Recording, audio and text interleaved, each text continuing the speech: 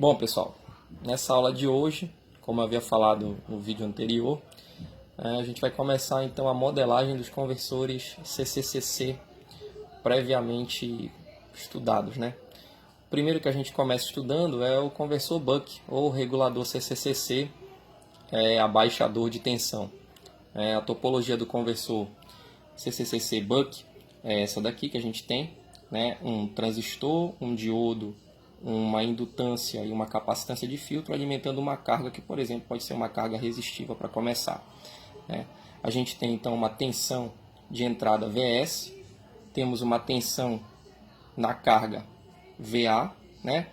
E as tensões aplicadas no indutor, no capacitor e as correntes fluindo, né? A corrente de entrada IS, a corrente que flui pelo indutor, a corrente que flui pelo capacitor e a corrente de carga. Tá? Basicamente, esse regulador de tensão ele tem duas etapas de funcionamento. A etapa em que o transistor Q1, ou etapa 1, né, em que o transistor Q1 está ligado, aqui está ela, que é a partir do instante de tempo t igual a zero, o Q1 está ligado, e a etapa 2, em que esse interruptor ele abre, né, no instante de tempo exatamente igual a t1, o Q1 ele então é desligado. E aqui eu divido para vocês o circuito nas duas etapas, né? Na etapa 1, o interruptor Q1 está na posição ON, está ligado, portanto, esse diodo aqui ele está reversamente polarizado e a corrente que vem da entrada atravessa o indutor e alimenta o capacitor e a carga simultaneamente, né? E na etapa 2, esse interruptor então está aberto, o diodo está diretamente polarizado e a corrente armazenada no indutor, né, e a energia armazenada no capacitor então vão formar essa corrente aqui que vai circular por esse diodo e obviamente a corrente que vai alimentar a carga, tá certo? Então, se a gente for estudar o comportamento desse conversor durante as etapas de condução e de bloqueio, a gente tem esse gráfico aqui. De 0 até o ciclo de trabalho K multiplicado pelo período de chaveamento T, a gente tem a condução, né? E de KT até T, ou no instante de tempo T2, a gente tem o bloqueio, tá? Então vamos começar a modelagem aqui. A tensão no indutor é aquilo que a gente aprende lá em circuitos elétricos, né? É L, D e DT. Tá? No primeiro instante de tempo, que é o instante em que o interruptor Q1 conduz, a gente tem a etapa 1 de funcionamento. Então seria Vs, tá? Menos VA é igual a L, D e DT. Então a gente vem para cá, Vs menos VA é igual a L. Se eu considerar que a corrente no indutor crescerá linearmente com o tempo, então eu substituo essa derivada DI e DT por quem? A gente vem para cá, corrente no indutor. A gente substitui por I2 menos I1, que é cateto oposto, dividido pelo cateto adjacente, que é T1 ou KT. Então fica L, I2 menos I1 dividido por T1, ou L vezes um ΔI, onde esse ΔI ele é definido como a ondulação de corrente pico a pico sobre o indutor, dividido por quem? Por T1. Tá? Se eu quiser saber então o instante de tempo T1, eu apenas o isolo na equação. Eu faço T1 e para o outro lado da equação, fico com ΔIL dividido por quem? Por Vs menos VA. E o mesmo vale para a etapa T2 no instante de bloqueio do interruptor Q1. Então, no instante T2, o que a gente tem? A gente tem 0 menos VA é igual a quem? A menos L, por quê? Porque agora a corrente no indutor ela vai estar decrescendo. Menos L DI dt. Só que o meu DI dt ele vai ser quem? Como eu estou considerando que tanto o crescimento como o decrescimento da corrente sobre o indutor são lineares, então eu vou ter menos delta I dividido por quem? Por T2. Né? Então vai ficar 0 menos VA é igual a menos L, que multiplica delta I sobre T2. Se eu quiser o T2, eu isolo na equação.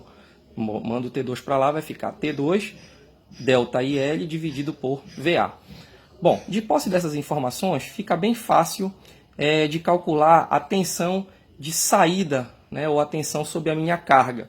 Como é que eu faço isso? Como eu sei que o ΔI é igual a ΔI e que os tempos de condução T1 é igual a K vezes T e o de bloqueio é 1 menos K vezes T, onde K é o ciclo de trabalho, então eu posso fazer ΔI igual a ΔI, né? De que forma? Mandando esse VS menos VA para o outro lado, multiplicar o T1 e dividir por L. E aqui, mandando o VA multiplicar o T2 e dividir por L.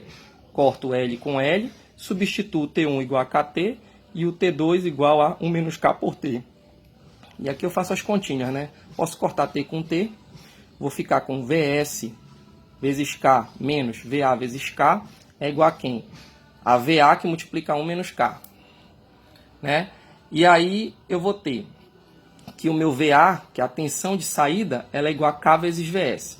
Só que, olha só, K é o ciclo de trabalho. E esse número, geralmente, ele está entre 0 e 1. E normalmente a gente escolhe o ciclo de trabalho como igual a meio. O que significa dizer que a tensão de saída ela é uma fração, ou um valor menor do que a tensão de entrada, o que comprova que realmente este conversor aqui, este regulador, é um regulador CC rebaixador de tensão. E olha o que vai acontecer com a corrente. Se eu considerar que esse circuito não tem perdas, a gente sabe que isso na prática não é possível, né? Embora as eficiências desses conversores aqui sejam acima de 90%. Se eu considerar sem perdas, a potência de entrada, V vezes I, S, né? Ela tem que ser igual à potência de saída, VA vezes IA. Né? Mas eu já sei que o VA é KVS, né? Então, se eu cortar VS com VS, eu sei então que a minha corrente de entrada ela é K vezes a corrente de saída, né? A corrente que vai para a carga. Então, significa que a corrente de carga ela é a corrente de entrada dividida pelo um fator K. Como esse K é menor do que 1, significa então que a corrente é aumentada. Lógico, se eu quero manter a potência e eu estou diminuindo a tensão, regulando e diminuindo a tensão, então a corrente tem que subir. Tá? E se eu quiser saber o período de chaveamento deste conversor, como é que eu faço o cálculo? Eu sei que o período é o inverso da frequência e que o período completo ele é a soma dos instantes de tempo de condução mais de bloqueio, T1 mais T2. E esses tempos eu já calculei aqui em cima, já tenho separado já. Então eu somo os dois, faço as manipulações algébricas, eu vou chegar aqui. O período de chaveamento do conversor Buck, ele é o quê? Ele é o produto da ondulação de corrente pico a pico no indutor, vezes a indutância do indutor de filtro, vezes a tensão de entrada, dividido pelo produto entre a tensão na carga e a diferença entre a tensão de entrada e a tensão na carga. Ou ainda, se eu quiser saber a ondulação de corrente pico a pico no indutor do Buck, eu isolo isso aqui nessa equação e vou chegar nessa outra equação. E olha que isso aqui está me dizendo, é bem interessante. Para eu diminuir a ondulação de corrente pico a pico no indutor, o que eu preciso fazer? Das duas, uma. Ou eu aumento a minha frequência de chaveamento, ou então eu aumento a minha indutância, mas isso tende a encarecer o projeto, né? Um indutor maior. Né? Aumentar a frequência não é muito difícil. Se eu tiver, por exemplo, um MOSFET, né? Que trabalha com altas frequências, tá? Ou então eu aumento a tensão da minha fonte de entrada. Tá? É uma forma. Mas como eu tenho aqui também um VS menos VA, pode ser que isso não seja tão eficaz quanto aumentar a frequência ou aumentar a indutância, que são as duas formas mais comuns de eu minimizar o ripple de corrente no indutor, a ondulação de corrente no indutor. Tá? E para eu achar a ondulação de tensão nesse capacitor aqui, ou a ondulação de tensão sobre a carga, como é que a gente faz?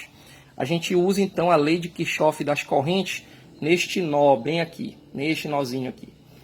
Então vai ser a corrente que chega, que é IL, tá? Que é igual às correntes que saem, a corrente no capacitor e a corrente de carga.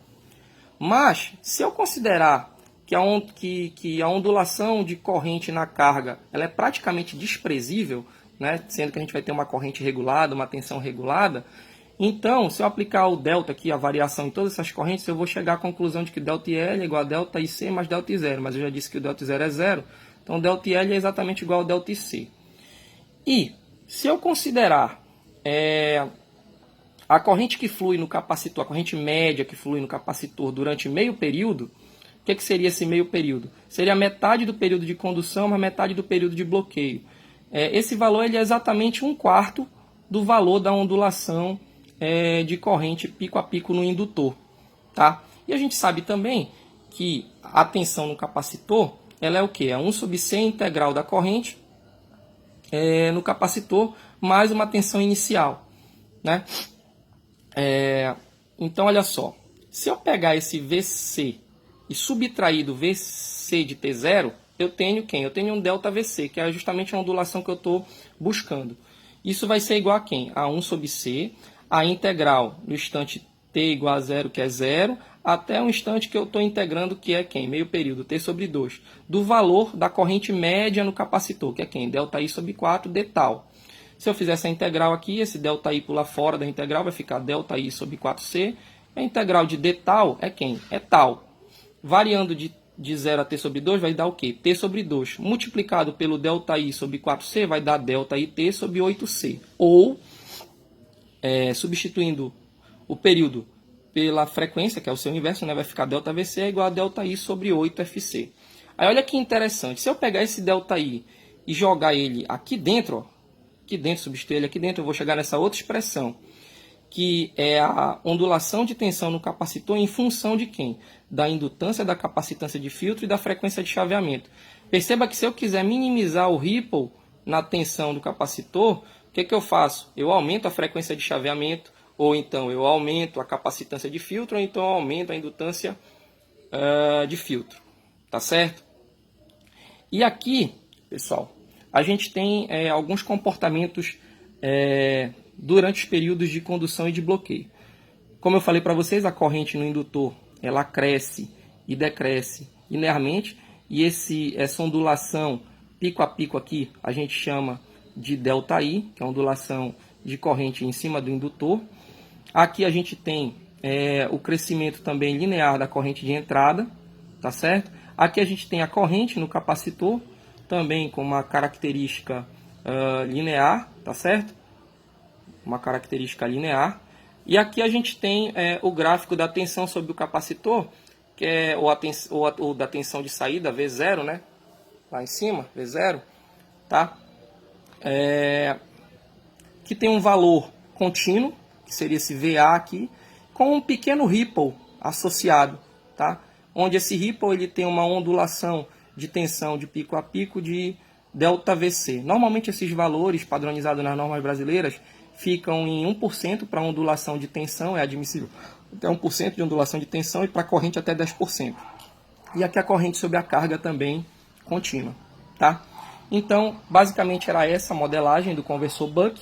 Aqui são as principais equações associadas às etapas de funcionamento, né? E aqui os gráficos correspondentes às etapas de funcionamento deste conversor.